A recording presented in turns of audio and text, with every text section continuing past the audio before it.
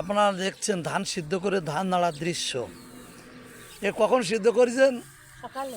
সকালে। আর ভিজেছিলেন কখন? সকালে না ভিজেছিলেন আগে না সকালে? না সকালে মানে এখন তো হ্যাঁ সকালে ভিজে দিচ্ছে আবার। রোদ্দুর, এই কাঠফাড়া রোদ্দুরি কত সময় থাকবেন আপনি? সারাদিন যতবেলা রোদ্দুর থাকবে ততবেলা, তাই তো? আজকে এক রোদ্দুরে কি ধান শুকোবে? এক রোদ্দুরি শুকাই না। শুকায় না, তাই না? আমি শুকাই না, মানে দুই রোদ্দুরি শুকাই, চাল বসে বাইরে যাই। ও চাইলে কয় মন সিদ্ধ করেছেন? আসলাম ও বাবা, 5 মন কয় মাস চলবে না? সংসারের লোক কি অনেক নাই? চারজন। আহা। কি কষ্ট করেন আপনারা, প্রচুর কষ্ট করেন।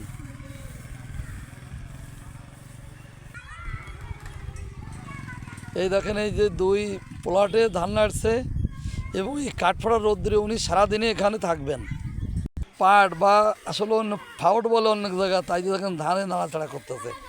এখন গ্রাম বাংলা থেকে এগুলো হারিয়ে যেতে বসেছে, এই পাট বা ফাউট এগুলো দেখা যায় না।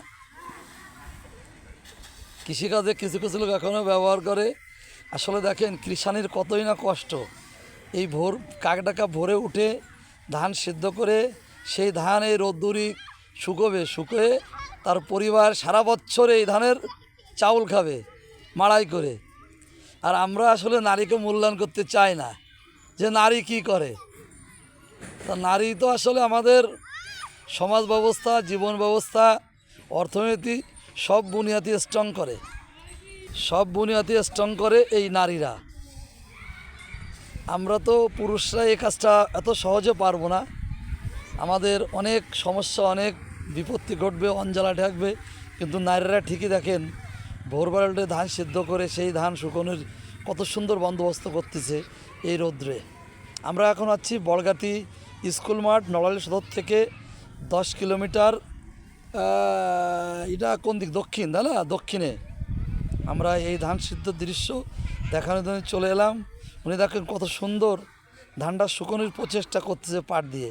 এ কিন্তু সাইজে বসে থাকলে ধান শুকোবে না, ধানকে উলট পালট করতে হবে, পাট দিয়ে নাড়াতে হবে। এই যে সেই পাট দিয়ে উনি নাড়াচ্ছেন, মানে সারাক্ষণ তাকে তদারকি করতে হবে। আর ধানটা নাইড়ে দিয়ে চলে গেলাম ছাই, কিন্তু তাহলে ধান কিন্তু শুকোবে না। উনি সারাটা দিন তদারকি করে ধানটা শুকাবেন।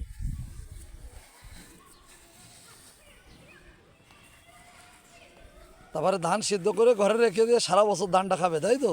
এটা কি ধান আপা? হীরা। হীরা, হীরা, তাই তো? ভালো চাউল হবে বলে আশা করতেছেন। হ্যাঁ, ওকে, ধন্যবাদ, আপনি আমাদের সময় দিলেন, আপনাকে অসংখ্য ধন্যবাদ।